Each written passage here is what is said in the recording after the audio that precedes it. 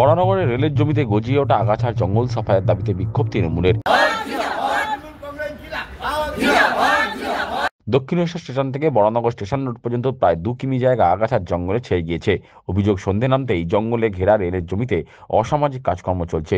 বিস্তীর্ণ অঞ্চল জঙ্গলে পরিণত হওয়ায় স্থানীয়রা রাতে যাতায়াত করতেও ভয় পাচ্ছেন। জঙ্গল সাফাইয়ের দাবিতে মঙ্গলবার বেলায় বরানগর স্টেশনের স্টেশন ম্যানেজারের অফিসের সামনে বিক্ষোভ প্রদর্শন করেন তৃণমূল কর্মীরা। বিক্ষোভের নেতৃত্ব দিলেন বরানগর পুরসভার সিআইসি রামকৃষ্ণ পাল। বিক্ষোভ শেষে স্টেশন ম্যানেজারের কাছে স্মারকলিপি জমা দেন। বিক্ষোভ কর্মসূচিতে যোগ দিয়ে বরানগর পুরসভার সিআইসি রামকৃষ্ণ পাল বলেন, বরানগর স্টেশন সন্নিহিত প্রায় 2 কিমি জায়গা জঙ্গলে ছেয়ে গিয়েছে, সেই জঙ্গল অবিলম্বে সাফাই করতে হবে। রামকৃষ্ণবাবু আরও বলেন, দুপুরের দিকে দীর্ঘক্ষণ শিয়ালদা ডানকুনি লোকাল নেই, যাত্রীদের অনেকক্ষণ ট্রেনের জন্য স্টেশনে বসে থাকতে হয়, তাই দুপুর 2টোর পর আরও 2 জোড়া ডানকুনি লোকালের দাবি করছি। তার হুঁশিয়ারি, অবিলম্বে তাদের দাবি দেওয়া পূরণ না হলে আগামী দিনে তারা রেল অবরোধ কর্মসূচিতে সামিল হবেন। কারণ মূলত এই হাইওয়ের পাশে রেলের সংলগ্ন প্রায় 2 কিলোমিটার এত বড় বড় গাছ হয়ে আছে। কোনো বাইরে থেকে কোনো দুষ্কৃতকারী কাউকে কিছু করে এখানে ফেলে দেবে, এ কেউ জানতে পারবে না।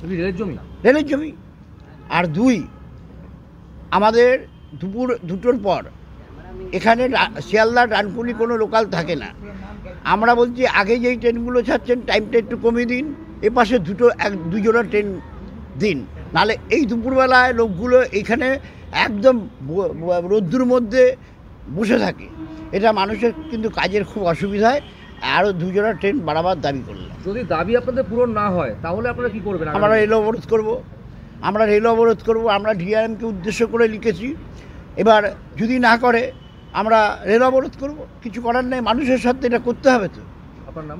আর রেলের স্টেশনের তলায় একটা অংশে এখানে সমস্ত দুষ্কৃতিকারী আনাগোনা, এটাও বন্ধ করতে হবে। কারণ হাইওয়েতে সবসময় গাড়ি চলাচল করে, এখানে গাড়ি দাঁড়াবার কোনো জায়গা নেই। অ্যাক্সিডেন্ট হয়ে গেলেই বিপদ হয়ে যাবে, বিপদ এলেই পুলিশের দায়িত্ব বাড়বে। তার আগে থেকে সচেতন করলাম। আপনার নাম? রামকৃষ্ণ পাল।